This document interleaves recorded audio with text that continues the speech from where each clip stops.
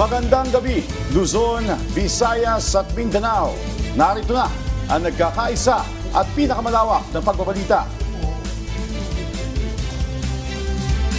Disaster Watch. Alamin ang heavy rainfall warning system ng Pag-asa. Yellow rainfall warning, pinapayuhan ng lahat na mag-monitor ng mga weather update sa inyong lugar. Maghanda sa posibleng pagbaha sa mga mabababang lugar at tabing baybayin.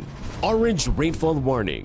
Mas malawak na pagbaha ang inaasahan at posibleng magka-landslide sa mga tabing bundok. Bumuo ng isang emergency kit at maghandang lumikas sa anumang sandali. Red rainfall warning. Inaasahan ang matinding buhos ng ulan sa loob ng 2 oras na magdudulot ng malawakang pagbaha at landslide. Para sa inyong kaligtasan, agad na lumikas papunta sa ligtas at mataas na lugar. Sa panahon ng kalamidad, dapat laging listo.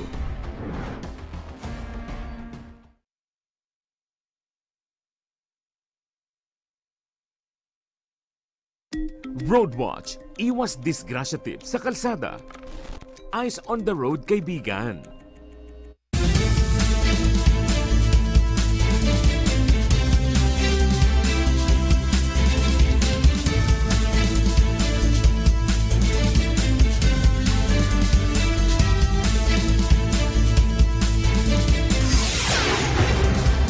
Magandang gabi, Luzon, Visayas at Mindanao. Narito na ang nagkakaisa at pinakamalawak na pagbabalita. Sa pangunguna ng Presidential Communications Office na kinabibilangan ng Philippine Information Agency, Philippine News Agency, Presidential Broadcast Service, Radyo Pilipinas, IBC at PTV. Mula sa PTV, ako po si Sheila Salaysay. Ihahatid namin ang mga komprehensibo at mahalagang balita mula sa iba't ibang bahagi ng bansa. Mula sa PTV, ako po si Joshua Garcia. Ito ang Balitang Pambansa. Ngayong gabi sa Balitang Pambansa, ekonomiya ng Pilipinas lumago pa sa unang bahagi ng 2025. Mas maraming negosyo umuunlad, mas maraming trabaho nabuksan sa ilalim ng administrasyon ni Pangulong Ferdinand R. Marcos Jr. Pilipinas, pangalawa sa may pinakamabilis na ekonomiyang lumago sa Asya. Utang ng Pilipinas nananatiling manageable ayon sa Bureau of Treasury. Pangulong Ferdinand R. Marcos Jr.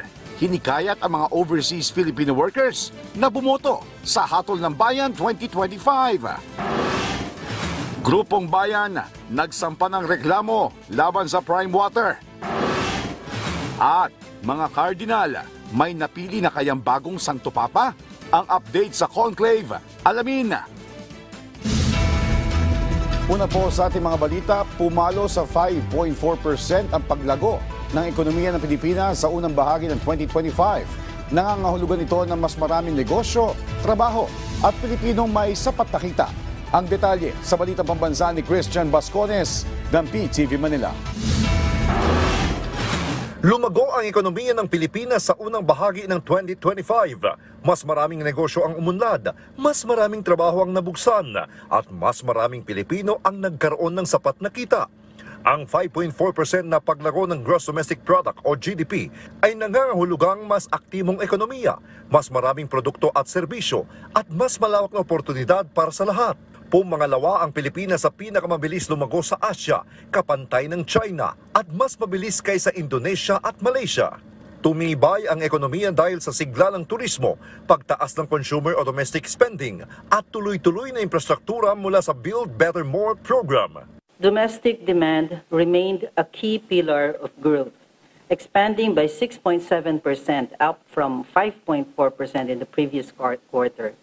Easing food inflation supported household final consumption, which grew by 5.3%. Para sa karaniwang Pilipino, ang ganitong paglago ay nangangahulugang mas maraming trabaho, mas maayos na serbisyo, at mas tiyak na kinabukasan. Ang lahat ng ito ay bunga ng matatag at maingat na pamumuno ni Pangulong Ferdinand R. Marcos Jr. na patuloy na gumagabay sa ekonomiya tungo sa mas mabilis at makataong pag-unlad. Malaking tulong para sa bawat pamilyang Pilipino ang pagbaba ng presyo ng mga bilihin tulad ng bigas, na resulta ng mga programa ng pamahalaan. Nung dati po, na 5,000 po yung namin, yung budget. Ngayon po nakalis kasi po medyo bumaba na po yung mga bilihin, gagaya na lang po ng bigas. Opo, mas malaki talaga yung katipiran kaysa noon. Lalo siguro kung mayroon pa dyan mababa sa 36. Dati kasi binibili ko 40. 45, yung pinakamababa noon, nakabili nga ako 60. Ngayon, malaki talaga naititipid ko sa bigas lang. Sa tuloy-tuloy na pagtutok ng administrasyon sa ekonomiya at serbisyo, asahan ng mga Pilipino na mas marami pang mga mamamayan ang makikinabang sa pag-angat ng bansa. Ang gusto talaga namin is to really carve a niche, no, dito sa AI landscape, no. But of course, there's still a lot that we need to do, pero we think that we're not really starting from scratch, no? Kasi marami na rin naman tayo in terms of the manpower. We just need to upskill pa rin yung sa AI natin. Mula sa PTV Manila, Christian Bascones, Balitang Pambansa. Inihayag ng Bureau of the Treasury na nananatiling manageable ang utang ng gobyerno na nasa mahigit 16 trillion pesos sa pagtatapos ng March 2025. Ayon sa BTR, 68.2% o 11 trilyong pisong kabuuang utang ay galing sa domestic debt, habang 31.8% o mahigit sa 5 trilyong piso ay mula sa external obligations. Dahil dito, nababawasan ang exposure ng bansa sa external risk habang sinasamantala ang malakas na domestic market.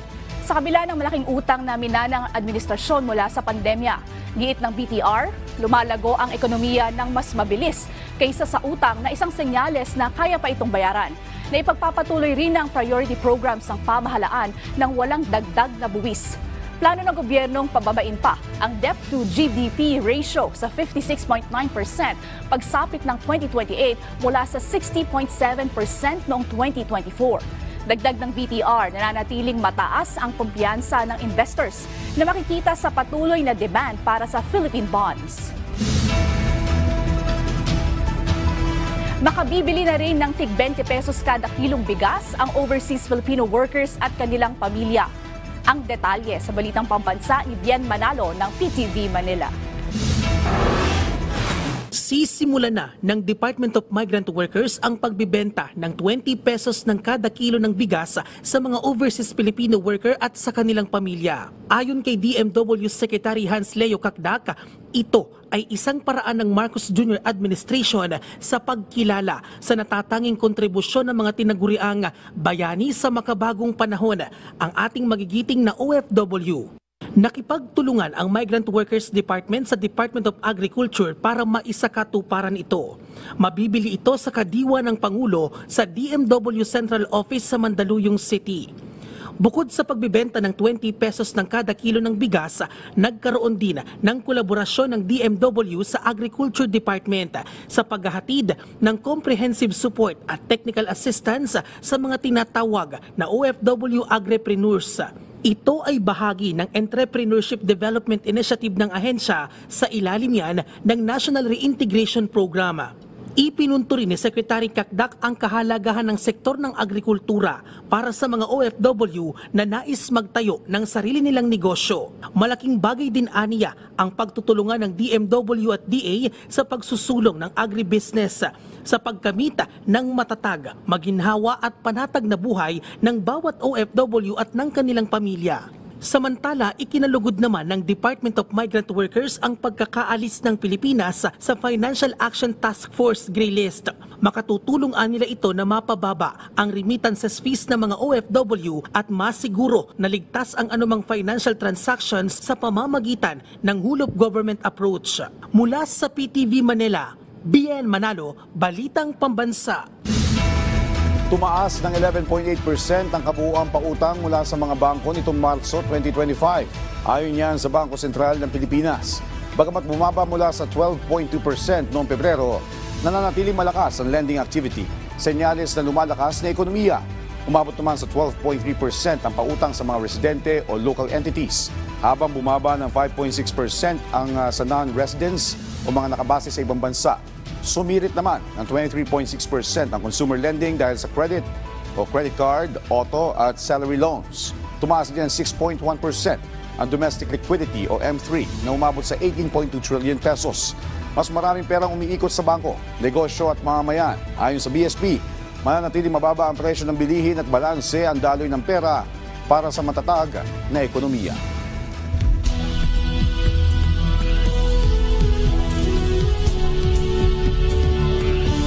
Muling hinikayat ni Pangulong Ferdinand R. Marcos Jr. ang overseas Filipino workers na iparating ang kanilang boses ngayong darating na halalan kahit sila ay nasa ibang bansa.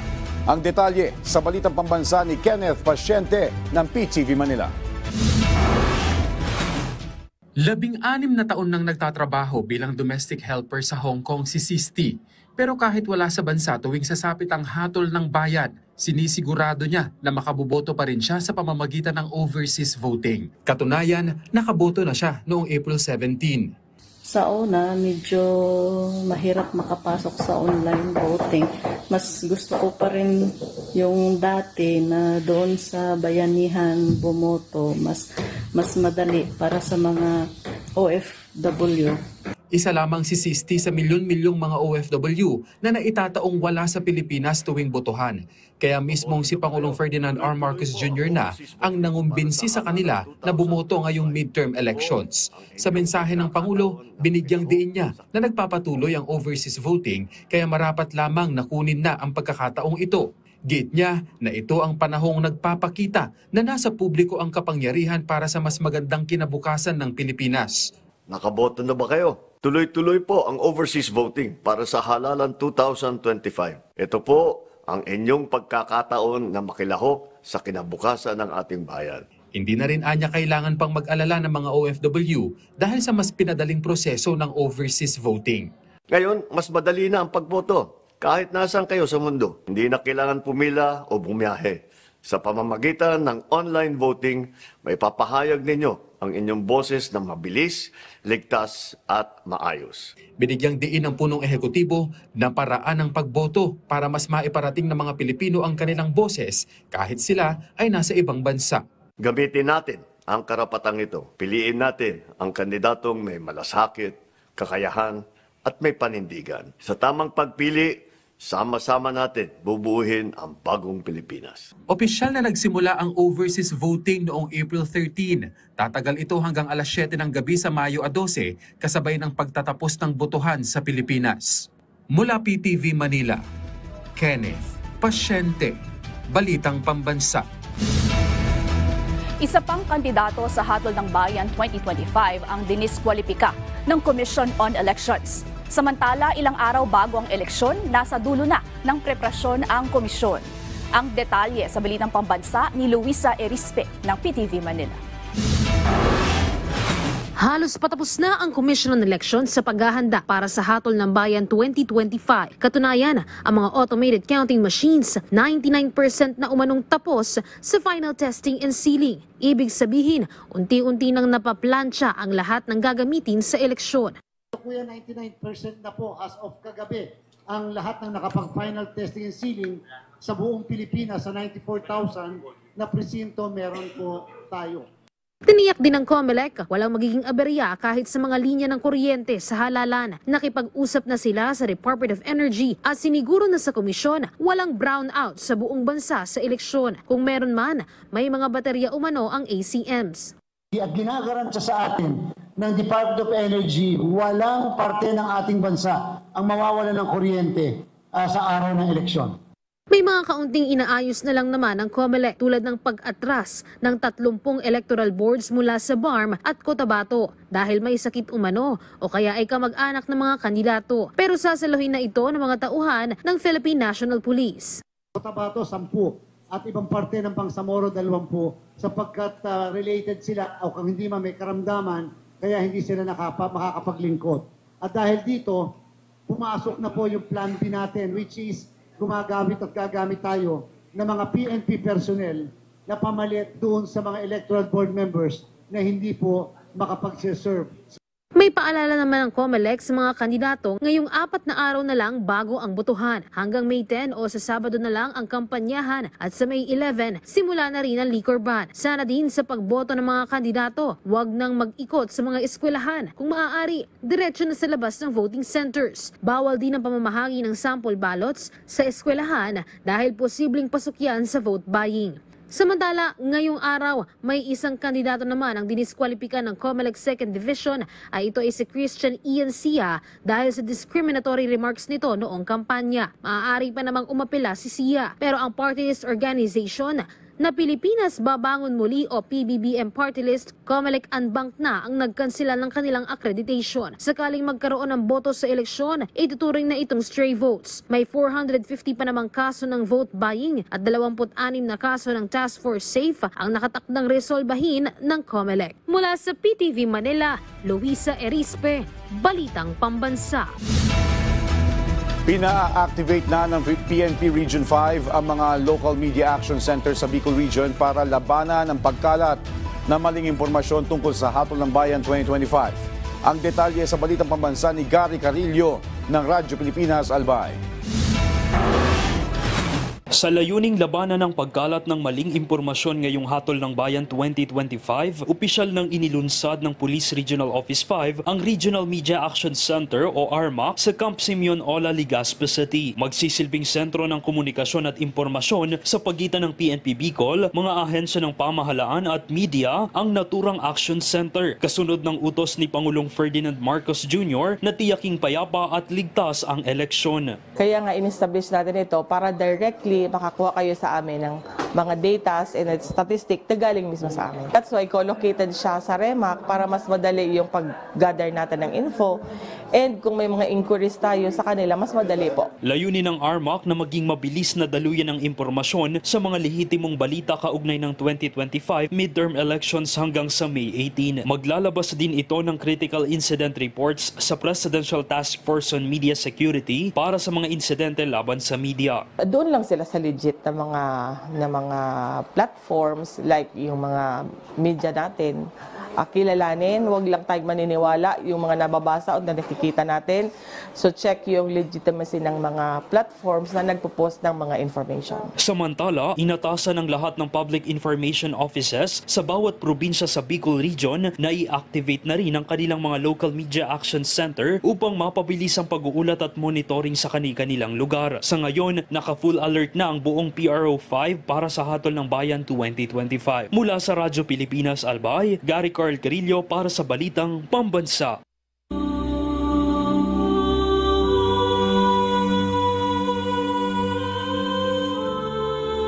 Sa ikalawang pagkakataon ay itim na usok ang lumabas mula sa Sistine Chapel sa Vatican City. Ibig sabihin, wala pa ring napipiling Santo Papa ang mga kardinal. Ang detalye sa Balitang Pambansa ni Gab Villegas ng PTV Manila Live. Gab? Sila patuloy na nakatutok ang mundo sa nangyayaring conclave sa Vatican para sa pagpili ng mga kardinal ng susunod na magiging leader ng simbahang Katolika. Alas 4 ng hapon, oras dito sa Pilipinas, nang magsimula ang unang round ng botohan para sa ikalawang araw ng conclave ngayong araw. Kaninang alas 5:51 naman ng hapon nang lumabas ang usok mula sa chimney ng Sistine Chapel. Itim pa rin ang lumabas na usok na nangangahulugan na wala pa rin napipili na bagong Santo Papa ang mga kardinal. Kaninang alas 3 na madaling araw nang unang lumabas ang itim na usok mula sa Sistine Chapel para sa unang araw ng conclave. Sheila, sa mga oras na ito ay patuloy ang pagtutok natin sa magiging resulta ng ikalawang round netong botohan para sa second day ng conclave ngayong araw. At dahil paniguradong kakasimula pa lamang netong second round netong botohan, ay inaasahan na mamayang alas 7 o sa pagitan ng alas 7 o alas 8 ng gabi, oras dito sa Pilipinas, ay inaasahang lalabas ang resulta netong botohan na ito. No? At kung halimbawang itim pa rin ang lumabas na usok mula sa Sistine Chapel, ay mamaya magkakaroon pa ng susunod pang mga round. At inaasahan na mamayang alas 11:30 ng gabi, inaasahan lalabas yung resulta para sa third round. At kung bigo pa rin ang mga kardinal na makapili ng bagong Santo Papa, ay magkakaroon pa ng isa pang round at siyang panghuli para sa araw na ito at inaasahan na lalabas mamayang 1:00 ng madaling araw. Oras pa rin dito yan sa Pilipinas at kung sakaling wala pa rin o hindi pa rin makapag-decide ang mga kardinal na makapili ng bagong leader ng Simbahang Katolika, ay magsisimula na naman sila ulit ng panibagong araw bukas alas 4 ng hapon. Oras pa rin yan dito sa Pilipinas. Kinakailangan makakuha sila ng 2/3 votes o 89 out of 133 votes mula sa mga cardinal electors para sila ay makapili ng bagong leader ng Simbahang Katolika. At yan muna ang update. Balik si Sheila. Maraming salamat, Gav Villegas. Mas nadagdagan pa ang mga nagrereklamo laban sa Prime Water Infrastructure Corporation dahil sa umano'y hindi maayos na serbisyo nito. Ang detalye sa balitang pambansa ni Tom Alvarez ng Radyo Pilipinas, Lucena. Common words na naaater ng mga tayabasin po pag nawawala ng tubig, namutol na naman, mabagal magbalik ng tubig. May reading, may bill, kahit walang tubig. Sad to say, ito yung iba nating naririnig, crime water tawag nila. Ganito raw ang karaniwan at matagal ng bukang-bibig ng mga tayabasin dulot ng palpak na serbisyo ng Prime Water na pagmamayari ng mga bilyar. Nakakalungkot man, pero kahit ang tayabas ang isa sa source ng tubig, wala pa rin sapat na supply na dumadaloy sa mga kabahayan doon mula sa linya ng Prime Water. Ang tugon ng pamalalokal, magrasyon ng tubig sa 33 barangay na hindi nasaserbisyuhan ng tama. Salamat na nga lang sa bundok Balahaw na pinanggagalingan ng tubig na ipinamamahagi ng LGU. Si Kuya Jesse, pati paliligo, pinoproblema. Hassle nga po, gawa nung ililigo mo na wala lang tubig. Bukod dito, sasalubong pa sa kanya ang mga pinagkainang hindi mahugasan. Nito lamang Marso, lumabas ang Resolution No. 24-03 na naglalaman ng pre-termination ng Joint Venture Agreement sa pagitan ng Prime Water at Quezon Metropolitan Water District o QMWD. Sa naturang resolution, isa sa dahilan ng pre-termination ang dissatisfaction ng concessionaires ito at ang kawalang tugon ng Prime Water sa problema sa tubig. 2018, nang pinirmahan ng joint agreement sa loob ng 25 taon at ngayon tumatapok pa lang ito sa ika-7 taon, lahat dismayado na. Ang tanong ng marami, ito na ba ang simula para mapalis na ang Prime Water sa Tayabas? Mula Radyo Pilipinas Lucena, ito si Tom Alvarez para sa Balitang Pambansa. Isinusulong ng Department of Health ang stratehiyang Reaching Every Purok para labanan ng fake news sa pagbabakuna. Ang detalye sa Balitang Pambansa ni Anthony Ian Reyes ng PIA Region 1. Sinusulong ng Department of Health Ilocos Center for Health Development ang Reaching Every Purok strategy upang labanan ang pagkalat ng maling impormasyon sa kalusugan, partikular na sa pagbabakuna sa Rehiyon 1. Ayon kay John Paul Aquino, Regional Immunization Coordinator ng DOH, mahalagang maiparating ang tamang impormasyon sa mga komunidad upang mapalakas ang tiwala ng publiko sa mga programang pangkalusugan. Buong programa ng pagbabakuna ay hindi lang about the vaccines. Nandyan rin po yung ating health promotion side na mahalaga, no? Of course, nang sa ganun, maiwasan natin yung mga misinformations, yung mga fake news. Bahagi ng kampanya ang pakikipagtulungan sa mga health workers, lokal na pamahalaan at paaralan upang mas mapalawak ang kaalaman ng mga magulang at estudyante ukol sa programang pangkalusugan. Ayon kay Nurse Arely Hasildo ng Department of Education La Union, sinasagawa nila ang tamang pagpapaliwanag sa mga magulang bilang suporta sa programang bakuna sa eskwela. Bago pasukan, pagbibigay ng tamang impormasyon tungkol sa kalusugan. Tamang impormasyon sa mga magulang, lalo na sa pagpapabakuna. In coordination po kasi ito sa Department of Health, meron po silang tinatawag na bakuna sa eskwela. Batay sa datos ng DOH, may 142 na suspected measles cases ang naitala sa Rehiyon 1 nitong Marso. Kabilang dito ang 13 kumpirmadong tigdas at 5 rubella cases. Paalala ng DOH, ang pagbabakuna ay nananatiling pinaka-epektibong proteksyon laban sa mga sakit. Paalala ng DOH, ang pagbabakuna ay nananatiling pinaka-epektibong proteksyon laban sa mga sakit. Tara na magpabakuna at maging sandata ng ating komunidad sa paglaban kontra tigdas at rubella. Mula sa PIA Ilocos Region, Anthony Ian Reyes, nag-uulat para sa Balitang Pambansa. Bayan, huwag po kayong bibitiw at magbabalik pa ang Balitang Pambansa. Ngayong Sabado, sa Usapang Halalan. Alamin po natin ang mga hakbang na ginagawa ng COMELEC para sa patas at isang malayang eleksyon. Alam niyo po ang Task Force SAFE o yung Safeguarding Against Fear and Exclusion in Election. Pamaraan ito ng COMELEC na ilagay sa patas na playing field yung ating kampanyahan. Mga hakbang ng COMELEC Task Force SAFE. Mga dapat tandaan ng mga botante sa darating na eleksyon. At iba pang balitang kaugnay ng eleksyon. Ito ang COMELEC, Usapang Halalan 2025. Ngayong Sabado, dito lang sa inyong PTV.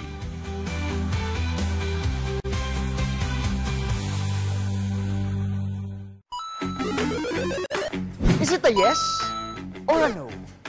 Are you anti or pro? Pagdating sa mga isyung panlipunan, stay woke or go broke? Basta relevant, napapanahon at makabuluhan para sa kabataan. Pag-usapan natin yan sa Schoolmates, the country's longest-running youth forum and debate show on TV. Join ka na sa masayang usapan every Thursday dito lang sa PTV.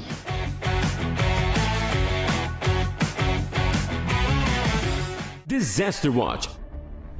Alamin ang heavy rainfall warning system ng Pag-asa. Yellow rainfall warning, pinapayuhan ng lahat na mag-monitor ng mga weather update sa inyong lugar.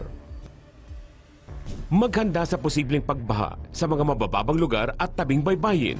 Orange rainfall warning, mas malawak na pagbaha ang inaasahan at posibleng magka-landslide sa mga tabing bundok.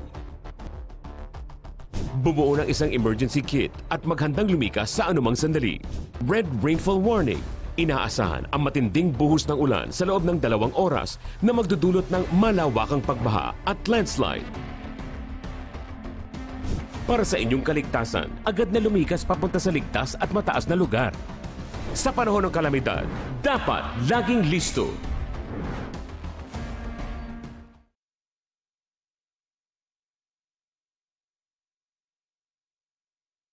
Ang pinaka-importante po sa akin bilang mamamahayag is to shine the light on important issues para higit silang maintindihan. More than the rhetoric over and above the debate, ang pag-uusap po natin ay magbubunga ng mga idea at solusyon. At yang mga solusyon na yan ang maaring maging basihan para sa konkretong aksyon. Ayan mga kaibigan, halina po kayo at pag-usapan natin.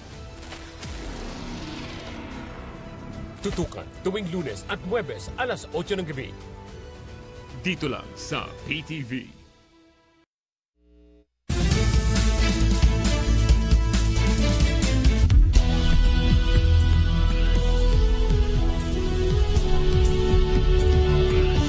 Pinabulaanan ng Commission on Elections ang isyu ng pag-access ng mga political party sa QR code para alamin ang kanilang boto. Ang detalye sa Balitang Pambansa ni Harvey Bangayan ng Philippine Information Agency sa Buanga del Sur. Sa nalalapit na national and local elections, muling nanawagan ng Commission on Elections o COMELEC sa mga Pilipino na aktibong gampanan ang kanilang karapatang bumoto at maging mapanuri sa pagpili ng mga pinuno ng bayan. Sa kapihan sa PIA Romblon kamakailan, binigyang tiin ni Romblon Provincial Election Supervisor Atty. Ryan Santos ang kahalagahan ng bawat boto sa paghubog ng kinabukasan ng bansa. If we want a genuine change, then go out and vote. Iboto po natin kung ano yung sinasabi ng konsensya natin na tama. Hindi lang po tayo basta-basta magbase doon sa kung ano man ang sasabihin ng iba na tama. Binanggit din ni Santos na hindi sapat ang pagboto base sa uso o sa sinasabi ng iba. Sa halip, hinihikayat niya ang publiko na maging kritikal sa pagtimbang sa mga plataforma at kakayahan ng mga kandidato. Dagdag pa ni Santos, mas pinaigting ng COMELEC ang kanilang voters education campaign upang masiguro may sapat na kaalaman ang bawat botante. Patuloy ang panawagan ng COMELEC sa mga kwalipikadong mamamayan na lumahok sa demokratikong prosesong ito sapagkat bawat boto umano ay may malaking epekto sa kinabukasan ng kanilang komunidad at ng buong bansa. Mula sa Philippine Information Agency Mimaropa, Paul Jason Foss para sa Balitang Pambansa. Dumulog na sa Malacanang ang grupong Bayan Muna para ipakansila ang joint venture agreements ng Prime Water Infrastructure Corporation. Nananawagan din ang grupong itigil na ang privatization sa mga local water districts sa bansa. Ang detalye sa Balitang Pambansa ni Rod Lagusad ng PTV Manila. Nagain ng reklamo sa Malacanang ang grupong Bayan Muna para hilingin na kanselahin ang lahat ng joint venture agreement ng water utility firm na Prime Water Infrastructure Corporation at local water district sa bansa. Ayon kay former Bayan Muna Representative Ferdinand Gaite, nasa 67 ang joint venture agreement ng Prime Water. Sana action na nila kagad, no? Kasi sa totoo lang, nade-dehydrate na ang mga mamayan dahil sa supply na services ng Prime Water. Kulang ang tubig, mahal ang tubig, hindi madalisay ang tubig. Kaya yan yung pagpapatuloy namin ipaglaban. Panawagan nila itigil na ang privatization sa mga water district. Yung joint venture agreement has never been beneficial to ordinary consumers nor to the employees who have been affected by the policy of privatization. Kasama sa nagain sa Malacanang ay si Rose Ann na residente ng San Jose del Monte, Bulacan at customer ng Prime Water. Ang tubig po namin sa San Jose del Monte, Bulacan, minsan po isang araw po wala po kaming tubig. Madalas po 4 na oras lang po ang tubig namin, 2 oras. Pero yun po talaga sa araw-araw, ganun po ang aming dinadanas na tubig doon. Ayon sa Malacanang, hindi na dapat patagalin ang paghihirap ng mga apektadong residente. Una nang ipinag-utos ng Pangulo na imbestiga ng isyu kasunod ng paglutang ng reklamo ukol dito. Pinangunahan na ito ng Local Water Utilities Administration. Ngayon po, nag-iimbestiga na po at titingnan po natin kung kailan po ito matatapos, pero dapat po agaran po ito. Hindi po pinagtatagal ang anumang maaaring danasing kahirapan ng taumbayan. So makakaasa po kayo na mabilisang pag-action po dito ng Pangulo. Sinubukan naman ng PTV na makuna ng pahayag ang Prime Water kaugnay ng naturang paghahain ng reklamo para kanselahin ang kanilang mga joint venture agreements, pero wala pa itong tugon sa kasalukuyan. Mula sa PTV Manila, Rod Lagusad, Balitang Pambansa. At dyan po nagtatapos ang 30 minutong ulat sa bawat sulok ng bansa. Samahan niyo po kami muli mamaya alas 9:30 ng gabi para sa updated at pinalakas pang balitaan. Mula sa PTV, ako po si Joshua Garcia. Ito ang pinalawak na puwersa sa pangunguna ng Presidential Communications Office, kabilang ang Philippine Information Agency, Philippine News Agency, Presidential Broadcast Service, Radyo Pilipinas, IBC at PTV. Mula sa PTV, ako naman po si Sheila Salaysay. Hatid sa inyo ang komprehensibong paghimay sa mahalagang usapin. Dito lang sa Balitang Pambansa.